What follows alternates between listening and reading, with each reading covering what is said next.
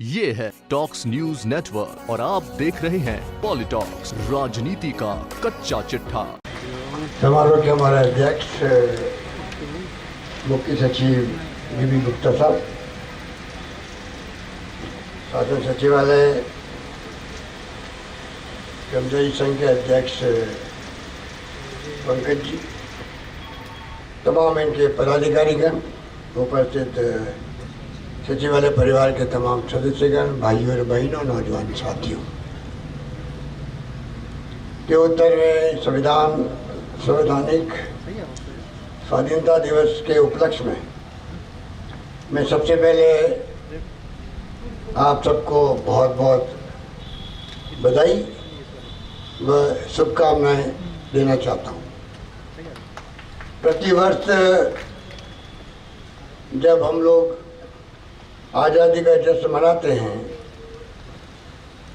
तो हम एक संकल्प करते हैं कि किस प्रकार से हमारे ज्ञात व अज्ञात सेनानियों ने अंग्रेज़ों के खिलाफ में जंग लड़ी, महात्मा गांधी की रहनुमाई के अंदर लंबा संघर्ष किया।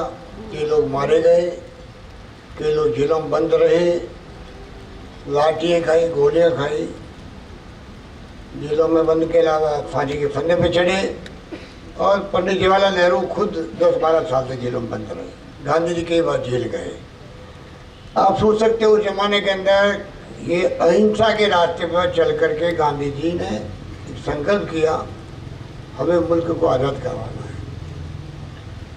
दुनिया के मुल्कों को विश्वास नहीं था कि बिना खून खराबे के, बिना गोलीबारी के कोई मुल्क आज़ाद हो सकता है, और वो करिश्मा गांधी जी ने कर दिखाया। और इसलिए आज भी हमारे मुल्क की पहचान दुनिया के मुल्कों में अलग तरह की है। हमारे भारतीय संस्कृति, संस्कार, परंपरा भी महान है सदियों से, उसके कारण भी। और महात्मा गांधी जैसे महापुरुष हुए जिन्होंने ये सोच दी देश को, दुनिया को, कि जो वैज्ञानिक थे आइंस्टाइन, दुनिया के बहुत बड़े वैज्ञानिक, उनको कहना पड़ा कि आने वाली पीढ़ियों को यह यकीन भी नहीं होगा कि महात्मा गांधी नाम का कोई हाड़ मांस का आदमी इस धरती पर चला है। संयुक्त राष्ट्र संघ ने प्रस्ताव पास किया सर्वसम्मति से, और महात्मा गांधी के जन्म दिवस 2 अक्टूबर को पूरी दुनिया के मुल्क हर वर्ष अहिंसा दिवस के रूप में मनाते हैं। उनके सानिध्य में लड़ी गई लड़ाई, जंग, आज़ाद हुआ भारत तो कुछ नहीं था। 33 करोड़ देवी देवता थे देश के अंदर, अब तो करीब 130 देवी देवता विरासत हैं। आबादी बढ़ती जा रही है, कितने ही काम करती है, विकास के काम कर लो, पर अगर आबादी पर नियंत्रण नहीं होता है तो फिर विकास दिखता नहीं है। तो फिर भी आज़ादी के बाद में, जैसे मैं राजस्थान के लिए कहता हूँ, 13 मेगावाट बिजली थी सर। राजा महाराजाओं के बैलों में खाली वो दिखती थी, टिमटिमाती हुई। और 22,000 मेगावाट बिजली का उत्पन्न हो रहा है, हम लोग सरप्लस हो गए हर क्षेत्र में। स्कूलें कहाँ थी? गाँव में भी, जिलों में स्कूलें कहाँ थी? आज तो स्कूलों के चाहे primary, middle, secondary, senior secondary, colleges, विश्वविद्यालय, प्राइवेट सेक्टर में तो मेडिकल के भी और नर्सिंग के भी और इंजीनियरिंग के भी जाल बिछ गया। अभी 50 विश्वविद्यालय मैंने अभी 50 कॉलेज मैंने अभी बजट में एक साथ में सैंक्शन किए। राजस्थान आगे बढ़े, शिक्षा में पीछे नहीं रही। आपके आशीर्वाद से मैं 30वीं बार मुख्यमंत्री हूँ, और पहली बार मुख्यमंत्री था। मुझे याद है कि परसेंटेज में हम लोग देश में सबसे पीछे थे। लड़कियों की शिक्षा में भी, SC ST की लड़कियों की शिक्षा तो बिल्कुल नहीं के बराबर थी। आज शिक्षा के अंदर लड़के लड़के बराबर पे आ गए राजस्थान में। 20 साल में लंबा सफर तय करते करते, चाहे सरकार किसी की रही हो, परंतु आज हम लोग शिक्षा को लेके, स्वास्थ्य सेवाओं के लेके जो योजना बनाई है हम लोगों ने, उसका लाभ मिल रहा आम जनता को। शिक्षा हो, चाहे स्वास्थ्य हो, पानी की योजनाएं हो, सिंचाई की योजनाएं हो, और बिजली का मैंने कहा कि जाल बिछ गया पूरे प्रदेश के अंदर। आज तो 4,500 मेगावाट बिजली तो बनती खाली पवन ऊर्जा से बनती है, हवा से बनती है। और 4,500 मेगावाट का प्लान बन चुके हैं सोलर बिजली बनाने के लिए, रूफ टॉप पे भी बनेगी। एक क्रांति हो गई है सोलर ऊर्जा के माध्यम से। जिस प्रकार IT की क्रांति हुई, राजीव गांधी का सपना था देश के लिए 21st सेंचुरी में जाएंगे, कंप्यूटर, मोबाइल, इंटरनेट की सेवाएं मिलेंगी। उनके ज़माने में 18 साल के नौजवान को मताधिकार दिया गया। जिसका 73-74 अमेंडमेंट किए गए संविधान के अंदर, जिससे कि समय पर हो रहे पंचायतों के चुनाव, नगर निकाय के चुनाव। अब सचिवालय के साथी बैठे हुए हो, आपको मालूम, पहले 20-22 साल से चुनाव नहीं होते थे पंचायतों के, ना नगर पालिकाओं होते थे। अब तो चाहे गवर्नमेंट किसी की हो, टाइम पे चुनाव करने की जिम्मेदारी इलेक्शन कमीशन स्टेट की होती है। यही काम आज़ादी के बाद में हुए। आज हम लोग आधुनिक भारत की बात करते हैं तो उसकी नींव रखी पंडित जवाहरलाल नेहरू ने। बड़े बड़े बांध बना दिए, बड़े बड़े कल कारखाने, इस्पात के कल कारखाने, IIT, IIM, national defence academy, ISRO, और ऊपर छोड़े जा रहे हैं, चंद्रयान भी और मंगल ग्रह पे भी। एम्स, ये आज से 70 साल के आसपास 50 के दशक के अंदर बने हैं, 50 के दशक के अंदर। इस प्रकार से जो नींव पड़ी है देश के विकास की, नींव के पत्थर, एक एक पत्थर पंडित नेहरू का लगाया हुआ है, जिसके बारे में आज देखते सोशल मीडिया में क्या क्या बात आती है। इसलिए मैं कहना चाहूँगा कि सच्चाई का साथ दो, और ये संकल्प करने का दिन भी है कि हम लोग अनेकता में एकता वाले मुल्क के अंदर सब मिलकर चलेंगे। जब ये देश एक रहेगा, अखंड रहेगा। और 72 साल की उपलब्धि हमारी है कि रशिया जैसा मुल्क के 15-16 टुकड़े हो गए, अलग अलग देश बन गए। आज हम लोग, चाहे इंदिरा गांधी ने जान दे दी, वो खालिस्तान ने बदल दिया।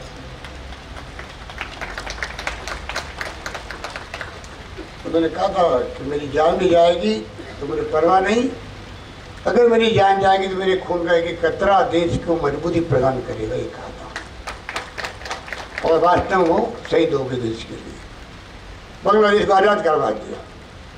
लंबी कहानी आपको सब मालूम है। राजीव गांधी शहीद हो गए उपमहाद्वीप में शांति स्थापित करते करते। पंजाब के मुख्यमंत्री थे सरदार बेन सिंह जी ने सबूत कर दिया वहाँ पर आतंकवाद को। आखिर आतंकवाद ने उनको भी शिकार बना दिया। इस प्रकार से आज़ादी के पहले भी बाद में भी ये मुल्क को एक रखने का काम किया है, अखंड रखा है और लोकतंत्र कायम रखा है। पाकिस्तान हमारे साथ आज़ाद हुआ था, वहाँ पर बार बार सैनिकों का शासन होता रहा, बार बार प्रधानमंत्रियों को जेल, राष्ट्रपति को जेल, और पता नहीं क्या क्या भुगतना पड़ता। फांसी के फंदे में चढ़ा दिया भुट्टो जी को, जी भुट्टो को उड़ा दिया बम से। तो रात दिन का फर्क है हमारे मुल्क में और अन्य मुल्कों के, पड़ोसी मुल्कों के अंदर। इसलिए मैं इस मौके पर कहना चाहूँगा कि सचिवालय, जो मैं तीसरी बार मुख्यमंत्री बन गया, और ये मेरा 11वां 10 बार पहले रहूँगा, 10 साल, हर बार 2 बार आना पड़ता है, 20 बार तो वो और 2 बार ये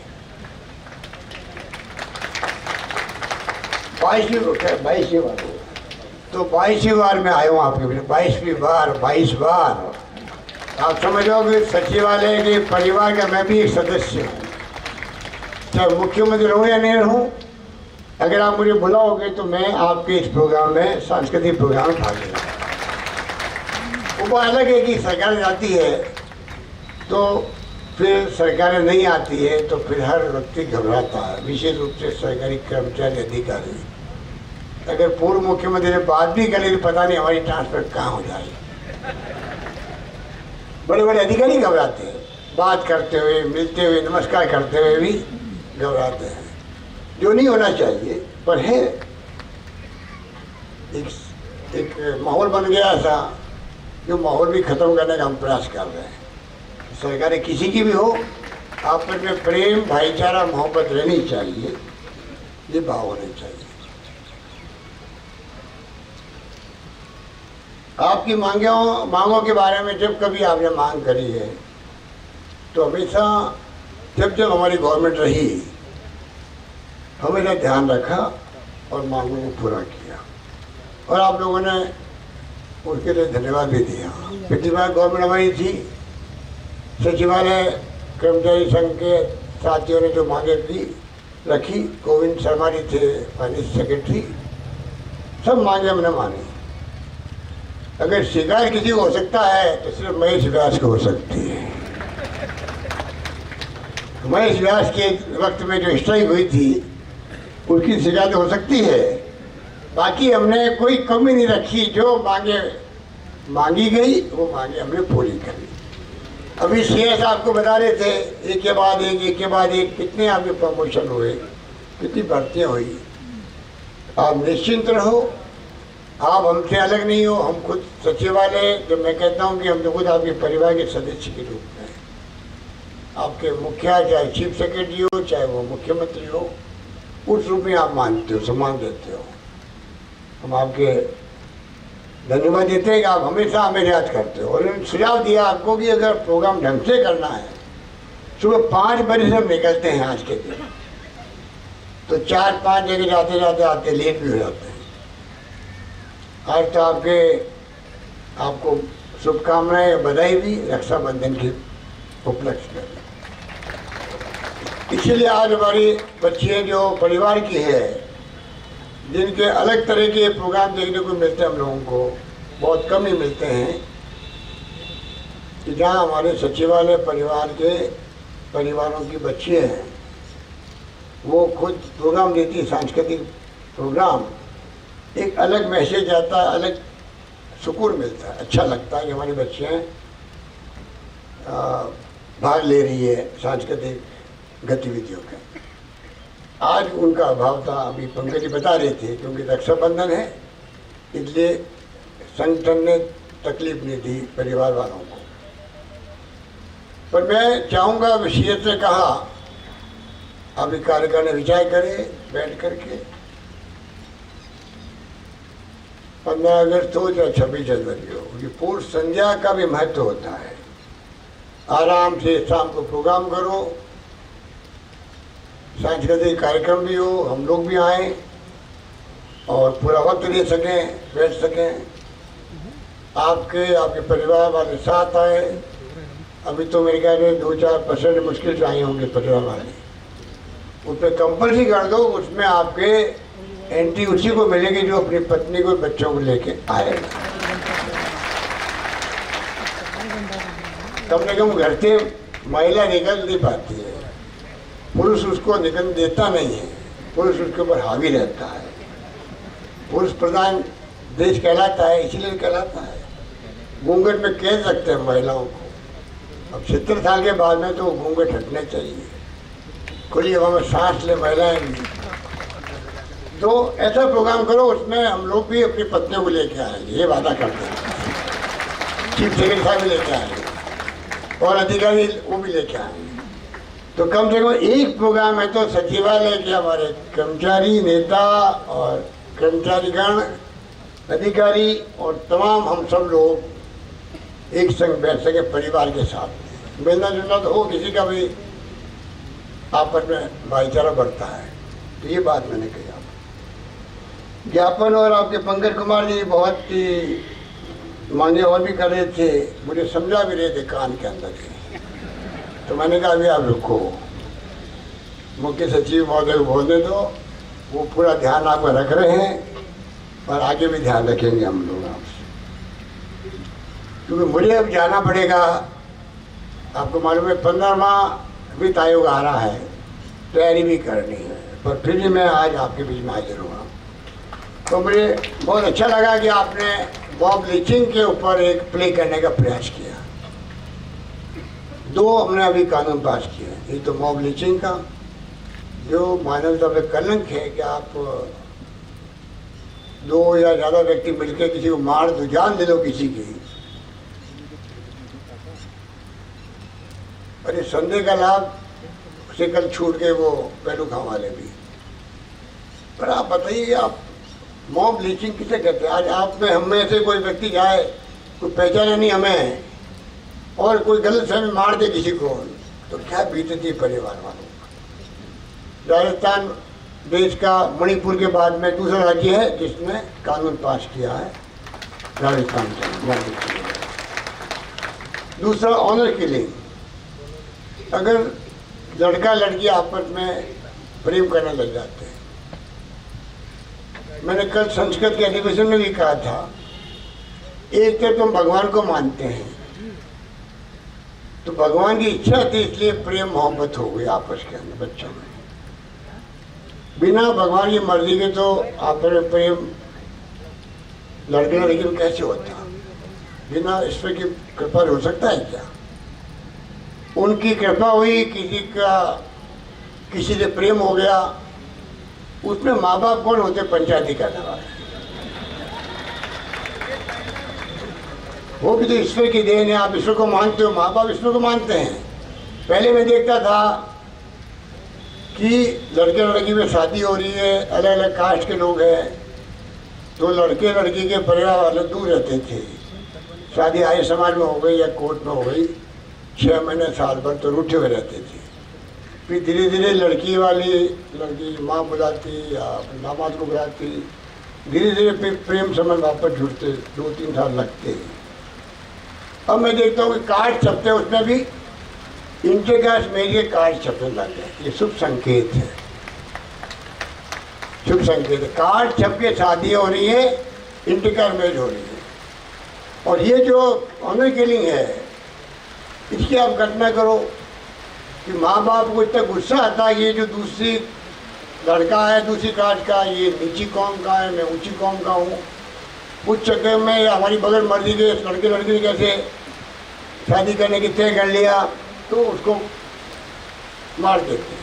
ऐसी घटनाएँ हुई, अभी हुई है 15-20 दिन पहले शिरोई जिले की घटना हुई। लड़के लड़की को रास्ते के अंदर अहमदाबाद से रास्ते में जंगल में जाके मार दिया, जला भी दिया। तो आप पता ही हमें कानून बनाना पड़ा। ये जो जमाना बदल गया, मोबाइल फ़ोन है, इंटरनेट है, सोशल मीडिया है, मुट्ठी में दुनिया आ गई आपके, सारा ज्ञान उसमें भरा पड़ा है, गूगल्स के अंदर भी, और सब कुछ हम उसका फ़ायदा उठाते हैं। तकनीकी का, विज्ञान का ज़माना है, तो हमें भी सोच बदलनी पड़ेगी। इस प्रकार मारना किसी भी कीमत पे उचित नहीं कहा जा सकता। इसलिए हमें उसके लिए भी, ऑनर किलिंग के लेके भी हमें कानून पास करना पड़ा। और आप सचिवालय, क्योंकि मुख्यालय है, आपसे मैं अपील करूँगा कि जो मिलने आपसे आए यहाँ पर राजस्थान भर के लोग, उनको आप जरा जो सरकारी योजनाएँ हैं, अच्छी योजना है, जैसे 21,000 रुपये हमने देना तय किया है तमाम बीपीएल परिवारों को, SC, ST, OBC, माइनॉरिटी या जनरल कास्ट हो। बीपीएल जो है उनको लड़की की शादी में 21,000 रुपये देंगे। ये बहुत बड़ा फैसला होगा। कई घरों में 21,000 में शादी हो जाती है, ऐसे घर हैं 21,000 में शादी हो जाती है। आप बताइए, हमने कहा 8 ही पास होना जरूरी है, इसलिए जिससे कि आगे कम से कम शिक्षा भी दिलाए बच्चे को। ये बड़ा फैसला हमने बजट में घोषणा कर दी है। मैं चाहूँगा कि जैसे मुख्यमंत्री जीवन रक्षा कोड बनाया था मैंने 20 साल पहले, उसने 5 सालों का प्रचार प्रसार भी नहीं हुआ, जिसके अंदर पूरा पैसा इलाज का, चाहे 50,000 खर्च हो उस जमाने का, तो 1 लाख या 2 लाख या 5 लाख, पूरा पैसा सरकार दे रही थी। पर जानकारी के अभाव में बहुत कम लोग फायदा उठा पाए। फ्री दवाएँ करी, दूसरी बार उसकी तो पॉपुलरिटी हुई, फ़ायदा बहुत मिला लोगों को। कहने का मतलब योजनाएं बनती है, वो बनती है फायदे के लिए, बेनिफिट लोगों को मिले। उसमें मैं आपसे आह्वान करूंगा कि आपके महासंघ का भी और कर्मचारी संघ का भी सबका सहयोग हमें मिले सरकार को। और सरकार की जो मंशा है, जो भी CS कह रहे थे, संवेदनशील, पारदर्शी, जवाबदेह प्रशासन देने की, वो पूरी हो सके। मुबारक मौके पर मैं इतने कहना चाहूँगा, एक तरफ तो रक्षाबंधन, स्वतंत्रता दिवस के उपलक्ष्य में बैठे हुए हैं और शानदार मानसून आ गया राजस्थान के अंदर। मानसून आ गया, मानसून आते ही पूरे राजस्थान के लोगों के चेहरे खिल जाते, देशवासियों की तरह खिल जाते हैं और सरकार को राहत की सांस लेने का अवसर मिलता है। आप भी उसमें भागीदार हैं और आज खुशनुमा मौसम लेके आपके लिए स्वागत कर रहा हूँ। सुबह से ही जब ये प्रोग्राम शुरू होते हैं, उनके पहले बरसात आती है और प्रोग्राम के दौरान रुक जाती है, प्रोग्राम खत्म होने लगता है, वापस शुरू हो जाती है। ये आज मैंने देखा है CM रेजिडेंस में भी, प्रदेश कांग्रेस दफ्तर में भी, बड़ी चौपड़ पे भी और SMS स्टेडियम में भी, और करीब करीब आपके हालात यही है यहाँ पे भी, सचिवालय में भी। इतने शानदार मौसम आप बैठे हुए हो, इसलिए आप भी हिल नहीं रहे हो, बैठे हुए हो, अच्छी बात है। आप सबको बहुत बहुत बधाई है, शुभकामनाएं, धन्यवाद, जय हिंद, धन्यवाद। ये है टॉक्स न्यूज नेटवर्क और आप देख रहे हैं पॉलिटॉक्स, राजनीति का कच्चा चिट्ठा।